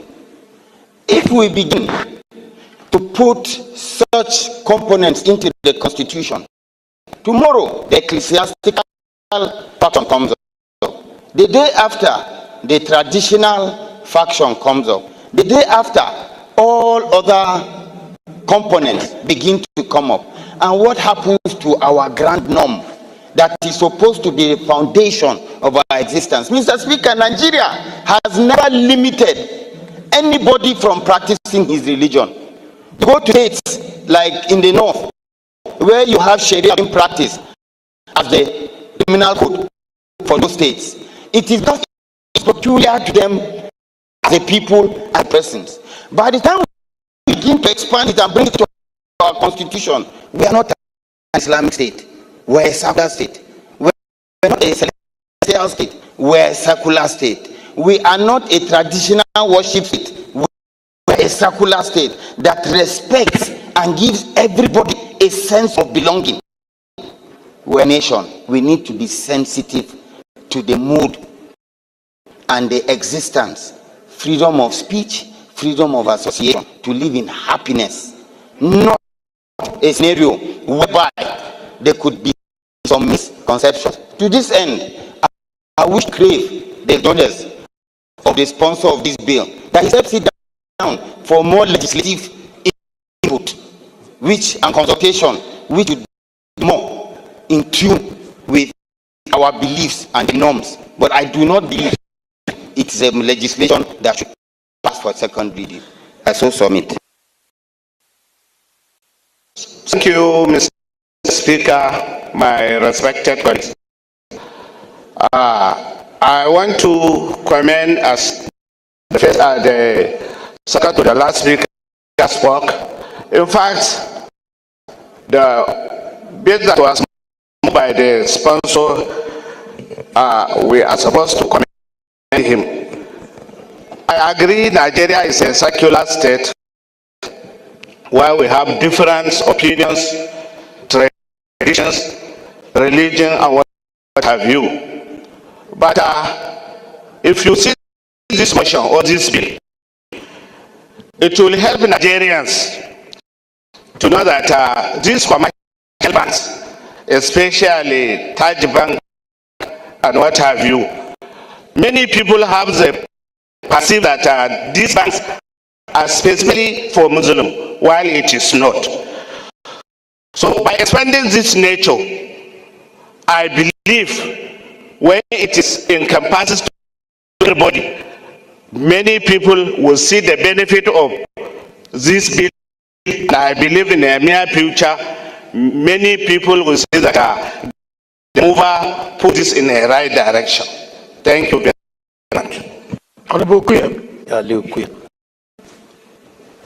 I rise to add my voice to this all important motion for a bill to amend our constitution with respect to the expansion of the description of Islamic law. Let me start by saying that the constitution mandates our government that they shall not adopt any religion as a state religion. meaning that Nigeria is a secular state. Number two is the fact that Section 38 is very clear as to the rights given to all Nigerians in terms of choice of religion and how they worship. Section 2 goes further to say that Nigeria is a federation consisting of the federal government and then the state government, giving the states the liberality to adopt whatever kind of law they want to use in governing their people. And that's why we have some states with all this Sharia law and all of that. They are permitted to do it, the State House of Assembly. But the Constitution, as a ground that governs all of us, the traditional institutions, the Obas in the Yoruba land, the Igwe in the East, the Shakiri, the Fulanis, the Hausas, gives us only one right, the right to choose whichever one we want. We can therefore not allow this constitution to become so filled with frivolities that is supposed to be the mandate of the state. We have all been clamoring for physical federalism. Give more power to the state to do it the way they want, to do it in the way of the culture of their people. That's why I will want to implore the mover of this motion to please allow us to please step down this amendment for the time being, so we can deliberate more on it. Because of course, from the way I see it, it's such that the state should be considering, not here. The problem of religious war, we started as far back as 1938 in this country. Let it not start here again. Let it not be that it is this house that is going to put fuel to the very fragile democracy, to the very fragile situation, the unity between us. It's very important. As we are talking now, people are hearing us, people are seeing us, thinking that we want to promote one religion over the other. I therefore pray that we step this down for the time being. Thank you, Mr. Speaker. Of an act to alter the Constitution of the Federal Republic of Nigeria, 1999, to review the discretion of Islamic law in the Constitution related matters, HB 1502. I so move, Mr. Speaker. Any second now? Yes, sir. Kwakwansia. Thank you, Mr. Speaker. My name is Honorable Hassan Sheikh Hussein. Distinguished colleagues, briefly, as the Speaker requested, the 1999 Constitution, as amended,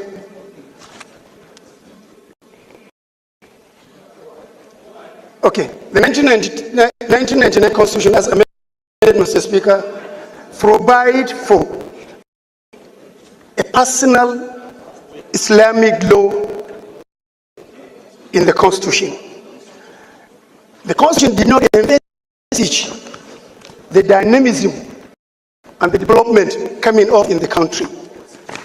In 2003, the Constitution did not recognize that the Islamic commercial law, Islamic company law, Islamic international law, Islamic public laws. In 2003, Mr. Speaker, Taj Bank came up under the commercial Islamic law. In 2019, another bank came up under the commercial law. That means the Jaiz Bank, not the Taj Bank. The Jaiz Bank was in 2004. the third one came in 2019. Mr. Speaker, sir, if you look at the personal law, it is only it encompasses marriage, divorce, and the inheritance. But what I'm requiring is the removal of section, the removal of person in section 24 of the Constitution, section 262, section 277, and section 288, so that other relevant laws like the commercial law, Islamic commercial law, the Islamic company law, the Islamic international law can have a place in the Constitution. Therefore, Mr. Speaker, this is what I want the honorable colleagues to support so that this amendment can be done. I saw Mr. Speaker. Honorable Mr. Wiscodin, I think is in the right direction to give a backup for the commercials and other laws that already they are practicing without proper backing, particularly in our Islamic-related financial institution of not only limited to Taj Bank or Jaiz Bank, but there are several banks that are now practicing, particularly the Mudahara and the other sharing formulas. I think this is a very welcome development that it will give even an economic leeway for the nation to see the goodness of such practices in our financial institution to get the backup of the law. I do support. Thank you, Mr. Speaker, sir. Yes, Bob Solomon, please. Solomon Bob, from the great state of Rivers. Now, this matter, actually, I think it will be dealt with in better technical detail at the committee level for constitutional review, because there's so much to say about this kind of okay, I'm sorry, I was told you were not listening to me. I'm saying that this bill will be dealt with in broader technical detail at the level of committee for constitutional review. But straight off, the section you're referring to, if it is removed, the word personal is removed, the implication immediately is that Islamic law now have a general application with respect to criminal law across the country. The word personal there was put for a purpose. So if you remove it, that's the implication. It will have great consequences. So we can look at the details of what you're trying to do, what you're trying to achieve, and advise at the committee level. With respect to the references they made to Taj Bank and Jaiz Bank, their operations have not been in any way hindered. There are regulations dealing with those matters concerning banks, CBN Act, and all the rest of them. So those are matters that banks can deal with. You don't have to incorporate, or attract or drag interest with respect to ambitions to the Constitution. So essentially, Mr. Speaker, my point is, this bill should be referred to the committee on constitutional review, where we can sit down and then look at, to a T in every way. Thank you. Thank you for making it brief. I like the Federal Constitution of Washington State. Mr. Speaker, I want to, with respect, differ from the move of the bill on the need for us to amend the Nigerian Constitution in this particular instance. And I'm saying this, Mr. Speaker, because as part of history, we all know the issues surrounding the particular section in reference, especially at the various constituent assemblies leading to the 1979 Constitution, the 1989 Constitution that was not promulgated, and now the 1999 Constitution. Mr. Speaker, the drafters of the Nigerian Constitution are very conscious of the secularity of the Nigerian nation, and also very conscious of the sensitive sensitive nature of religion. And I remember the 1976 Constitution, 1979 Constitution was very, very contentious on this matter until the then federal military government came in to stop further debate on this matter and took a decision that the application of Islamic laws will only be constrained to personal matters, which has to do with the administration of estate and some other issues. Mr. Speaker, we have to be very, very cautious of whatever we do to alter the Nigerian constitution in a manner that will further widen the divides that we have as a country. And in any case, Mr. Speaker, like my previous colleague said, the matters which my colleague seek to address by this proposal is already covered by existing laws. The law, covers regulation on issue of finances and allows for its application of Islamic principles of financial transaction. The same thing with the, the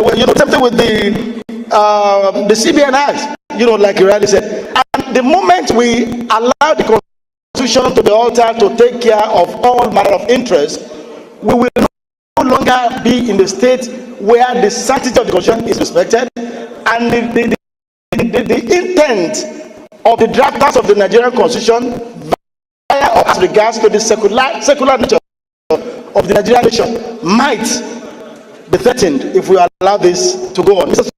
Speaker, I sincerely think that this bill should not pass on for second reading. For these reasons I've adduced. Thank you. Thank you. Abdul Hakim Kamilu Ado, representing with Delgarko Federal Constituency, Kano State. Mr. Speaker, I would like to make it brief to say that while being cautious, but we have to consider, and considering also the divisions we have in this country, we have to consider the ethics, the values, and the interest of the masses. Because we are here in this hollow chamber to represent the Nigerians, and also not to make a religion or a tribe or a community, not to constrain them from practicing something which is their way of life. We all know that Nigeria comprises of so many religions and also tribes and communities. But these religious matters, we consider it as a way of life, not just a mere religion. So considering the ethics and the values and the interest of the masses, not looking at the division or being cautious of what this will cause, Mr. Speaker, I think this bill is supposed to pass for the second reading. In my opinion, Mr. Speaker, we need to commend the Honorable Mr. for coming up with this bill in order to unite and to create a room, free room, and interest for people that are practicing Islamic religion to practice their religion freely and to consider some way of life which comprises so many things. Talk less of the commercial that he talked about. There are so many things we need to consider in order to encompass it under this bill. If at all we are considering this bill to be passed via committee, then, Mr. Speaker, as you said earlier, that we are here as parliamentarians in order to pass bills, and it doesn't have to go through the committee. So we can pass it, and then later on the committee can consider what they can do about the bill. But we are here to debate it, and we are debating it. So let's go on with the debate, and later on consider what we can go with in this hollow chamber. Thank you, Mr. Speaker. Thank you very much, Speaker. My name is Honorable Isa Muhammad Anka, representing Anka Talata Mafra constituency. I'm from Zamfara State. My able speaker, honorable colleagues, I don't want to dwell on issues already spoken by the last speaker. In other words, he has spoken my mind. But the other speaker, the last but one, talked about karma. Karma is already in the constitutions. Therefore, it takes care of other commercial laws. And I think we need to understand the subject matter of this bill. The bill is calling for description of Islamic law. In other words, the bill is seeking the House to define, because of the extensive situations now, looking at the issue of, like you rightly called, other commercial laws that have not been embedded, that have not been taken into the Constitution. I think it's a straightforward bill. He's not calling the fact that, he's not calling for expanding the existing Sharia law, but rather to define it in order to encompass all those, existing situations that have just come. That is my contribution, sir. Thank you very much. He's not talking about Sharia law. He's talking about the Constitution of the Federal Republic of Nigeria. So that we get it right, his bill is about the Constitution of the Federal Republic of Nigeria, not the Sharia law.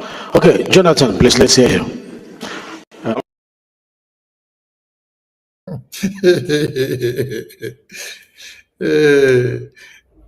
It's quite appalling.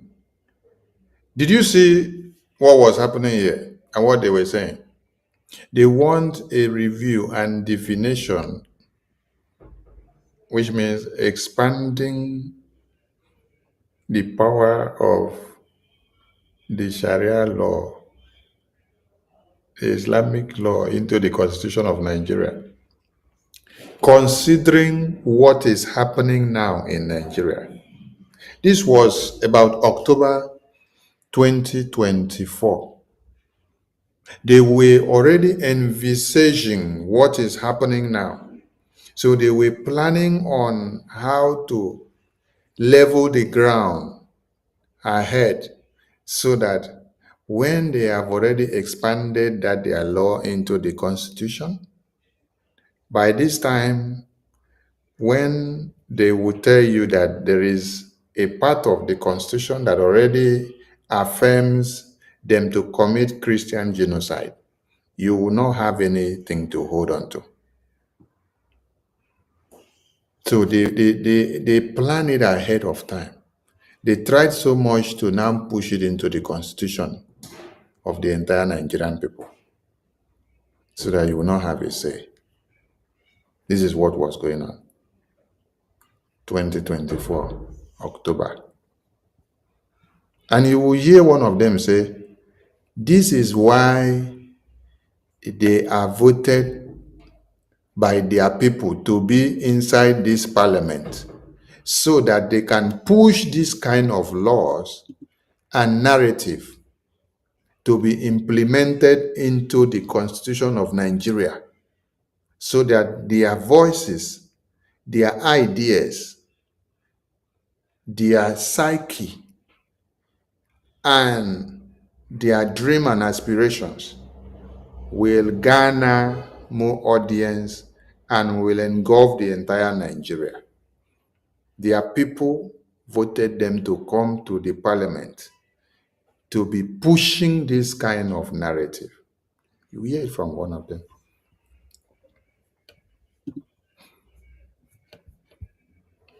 I ask a question now. Where in the Nigerian Constitution gives any power to Christianity? Where in the Nigerian Constitution even defines Christianity? Where in the Nigerian Constitution even tells you anything of how the Bible should be implemented or what should be done and this and that, and how it should be patched into the Constitution, where it should enter, what it should not do, what it should do? Where in the Nigerian Constitution do you see that? But the Sharia law, the Islamic law was already embedded in the Constitution. Far back as at 1999 amended, when they amended it, they succeeded in putting the Sharia law into the Constitution of Nigeria. while the Christians, they all sit down there, mumu mumu. All Christians sit down there, mumu mumu. Why all these people restructured Nigerian constitution in 1999 and they put the Sharia law inside of it. You can hear them saying it. There has already been the Sharia law inside, but now they want to expand it. They want to give it more power. They want to create more potency for it so that it can now spread and have power to spread from the far north down to the east, to the west, and to every part of Nigeria, so that when they sit down in the north and talk, they will be quoting it from that constitution of Nigeria and say they have power. They are quoting it from a Nigerian constitution, that it is written that Sharia law has the power to do this. That is why when they collected land from this man in Lagos, or whether his shop, the man was protesting online and said they used Sharia law or Sharia court to judge him, that he is not a Muslim, he's a Christian, but they used Sharia court to judge him and collect his shop and lock his shop. They were already practicing it. And then you also see one man from the north or middle belt who defended himself against terrorists that came to kill him and his people. When he defended himself, he succeeded in killing that terrorist. They now use Sharia law to say they have to hang that man to death because he defended himself against Boko Haram terrorists and then killed the terrorists. Self-determination, self-defense. You see? But the same terrorists have been killing. They came to kill him, to kill his families. They did not say, no, the terrorist did well or did wrong. No, they say, no, the terrorist is actually the one that is good in coming to kill you. So you that now defended yourself, you need to be jailed. And they think that Nigerian government can lie and hide all these things. No, you can't hide all of it. You know why? Because it's already in the open.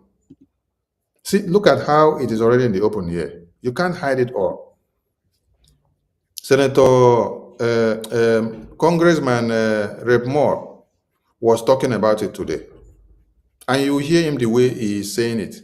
He's saying it as if he's a Nigerian and he's following us as if we are the ones saying it.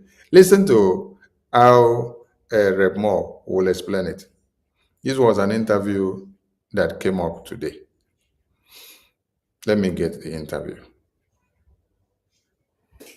You hear Congressman explain it and tell you people, hey, and then you'll be like, is this really happening in Nigeria? Is this really happening? Like when he was saying it, you wouldn't believe you're hearing it from his mouth.